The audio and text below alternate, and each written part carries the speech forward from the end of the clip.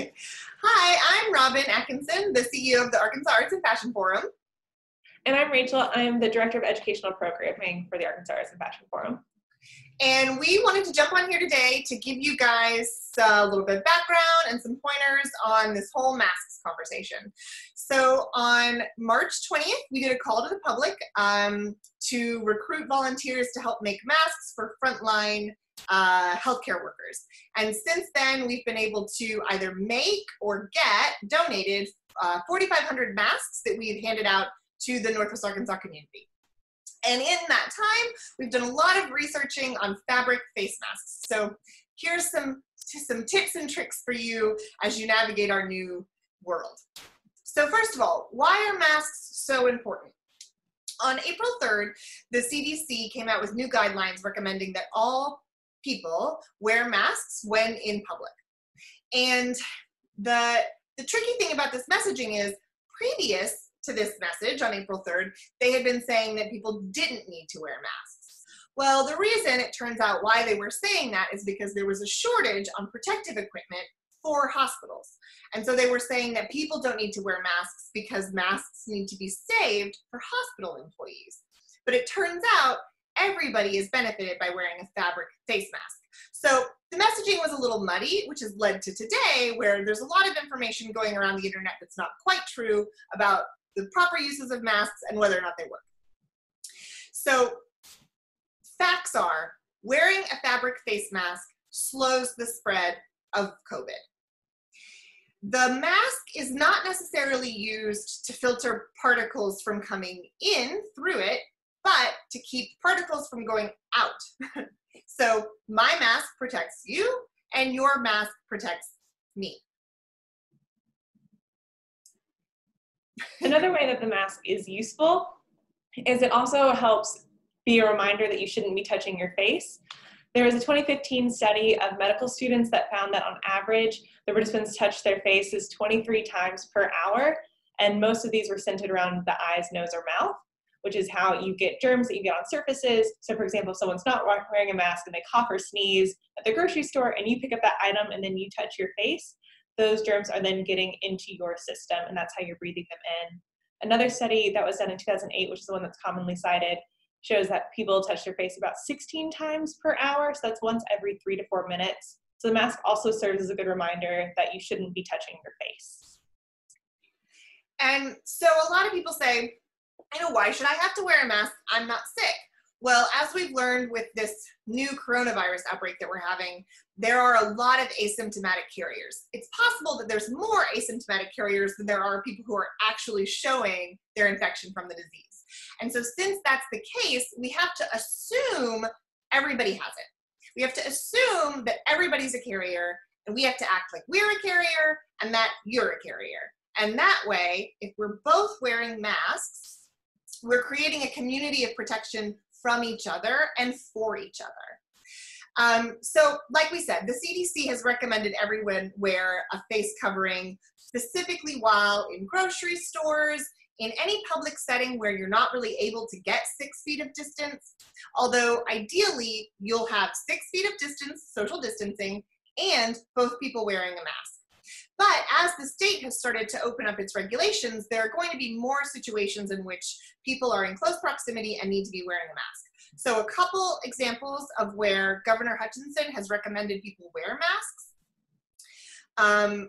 Anyone participating in a beauty industry, haircuts, pedicures, manicures, anything where you're one-on-one contact with the service provider, both people need to be wearing a mask. In restaurants, it's highly encouraged that restaurant patrons wear a mask, as well as all wait staff in the front of house. Now, obviously, there's a question about how do you wear a mask and eat a meal. And so, a lot of people are recommending if you're still uncomfortable necessarily going out for a meal, most of your favorite restaurants are offering takeout still, so that's always an option.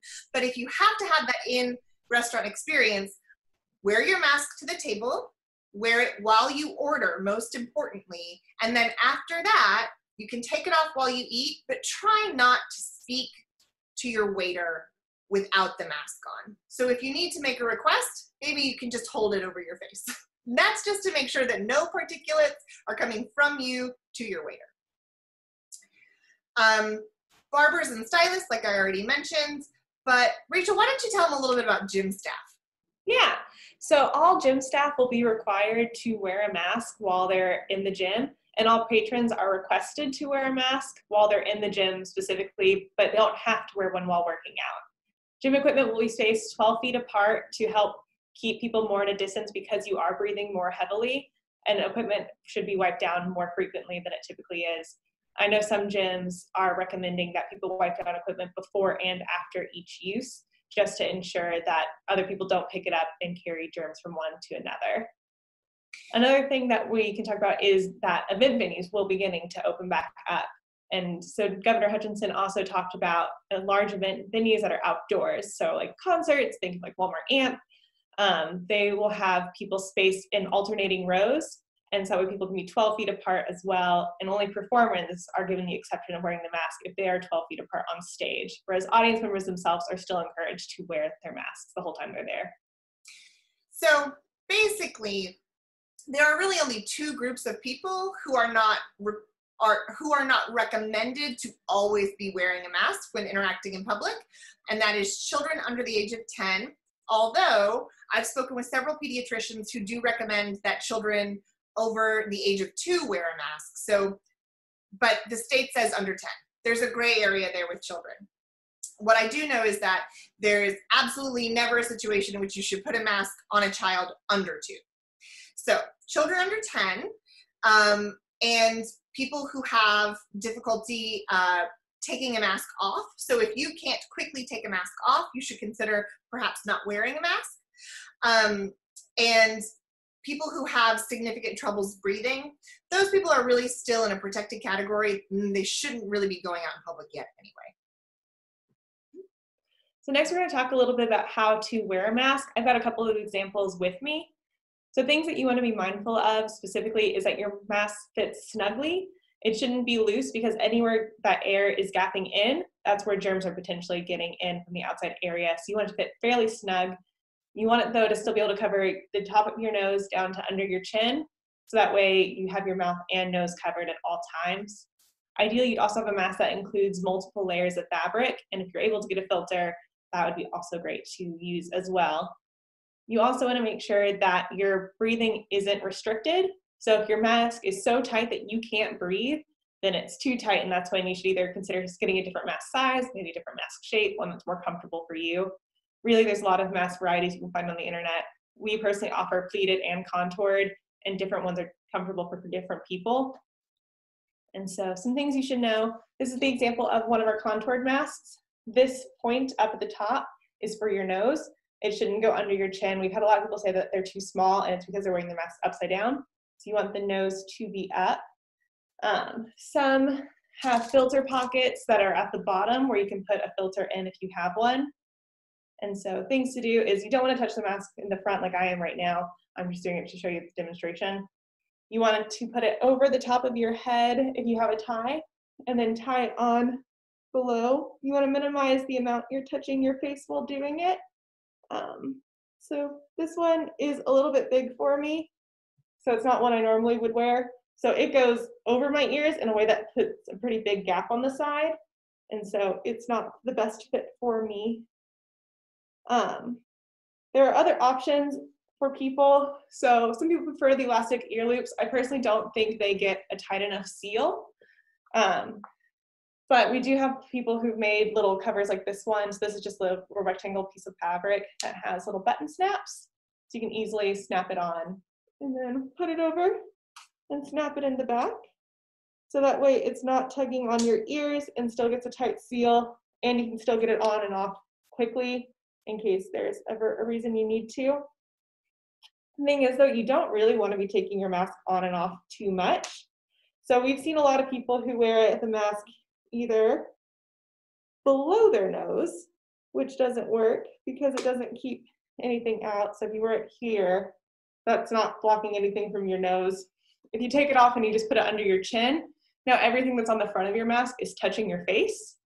So we've seen that a lot, which is an issue because you don't want it there. If you're just hanging it over your ear, it's also now touching your hair, which is just out in the outside world. So that's good to avoid having that touch the part you're breathing in. You also want to be mindful of, for pleated masks, that your pleats go down. So the idea is, this way, that anything you get in it can fall out. So you don't want to have it with the pleats up because then everything's just getting trapped inside of it. You also want to be mindful about washing them. So every time you go out and you come in, you want to take it off and wash it. But ideally you want to wear it from the moment you're leaving your house until you're back in your house. If you're taking it on and off in the car, it's picking up anything in there. If you take it off and on a bunch, you might accidentally flip it. Like this one's hard to tell which side's the front. So if you take it off in your car and you put it back on, you go into the next store, now you might be getting outside world germs back into your body. So it's just good to go ahead and wash it, change out your masks, have several available. So that way you're not worried about like, oh, I accidentally put my pleats on upside down. Now which way does it go? Who knows?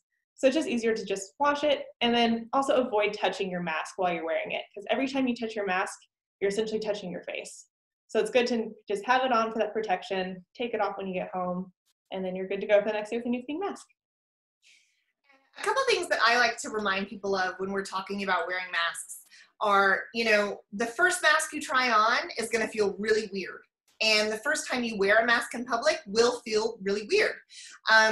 But don't stop at that first mask. Chances are the first mask you buy or the first mask you're given isn't going to fit correctly. So it really is worth the time to research options, to look for different people who are selling masks, try different varieties. Everybody has a different face shape, and because everybody has a different face shape, everybody needs a different kind of mask. There are masks that, for instance, they have nose pieces that will keep your glasses from fogging up. So for instance, I wear glasses. Or if I'm wearing sunglasses, it's really hard to keep a mask on and breathe and not fog your glasses up. And so in that scenario, you get one that has a nose guard, and that keeps moisture from shooting up next to your nose and fogging up your glasses. Other things you can do is put a paper towel underneath there, or there's ways that you can wash your glasses with soap so that they won't fog up as much. Now, everybody's going to have a different kind of mask that they like, and maybe none of the ones that we've talked about are for you. There are other options as well. The CDC has no-sew mask options, so you can use a bandana and some hair ties to create a mask that you don't have to sew. You can use a scarf. You can use the sleeve of a t-shirt.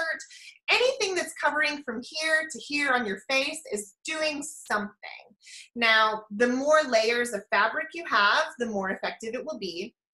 And one thing that we hear people talk about is, well, the fabric masks aren't effective at filtering anything out.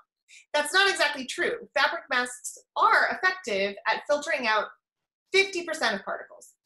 So I think about that as, if you had the opportunity to increase your chance of winning the lottery by 50%, I think you would take it, right? So if you're wearing a fabric mask, that's protecting you 50% better than not having a mask would. If the person who you're interacting with also has a mask and you're socially distanced, the risk of transmission goes down to almost zero. So it really is about community effort. And so another thing that we talk about when we're talking about fabric masks is,